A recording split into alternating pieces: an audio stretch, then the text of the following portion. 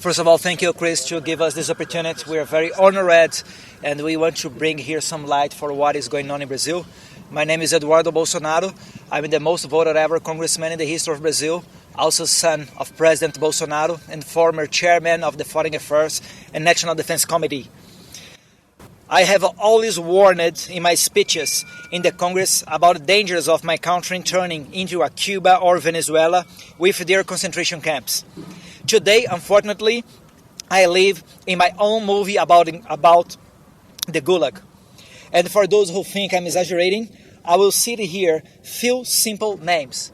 Felipe Martins, the international advisor to President Bolsonaro, as Jared Kushner was to President Trump. A brilliant young man in his 30s with a promising future, imprisoned by an exception tribunal, accused of a coup d'etat never attempted or planned, and without the hope of minimally fair treatment, as due process and broad defense no longer exists in Brazil. Colonel Câmara, the Bolsonaro security detail, who is now also in jail, accused of an imaginary coup d'etat.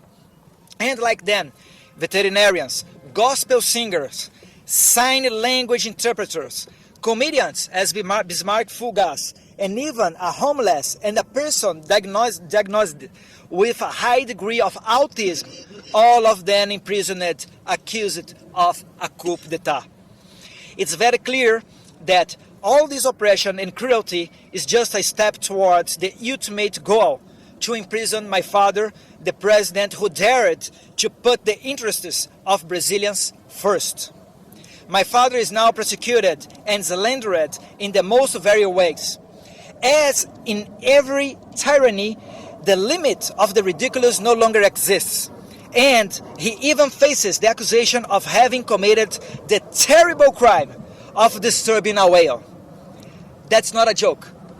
He's criminally charged for passing by a whale on a jet ski. And the most impressionable thing is the complaint was made by Lula da Silva's environmental minister. This is more ridiculous than what Trump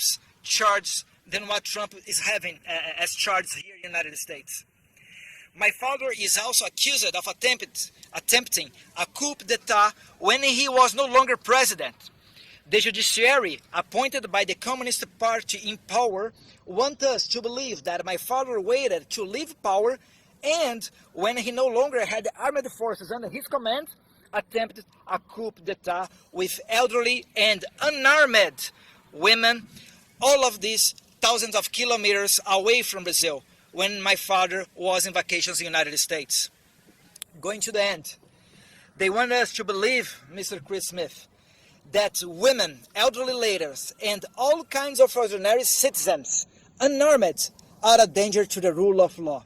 And those violating the rights and fundamental guarantees are the saviors. Ladies and gentlemen, these stories are not something that someone told me. We are living this right now, and with not even a single word from Biden administration, State Department, or any governmental authority from the homeland of democracy, the United States of America.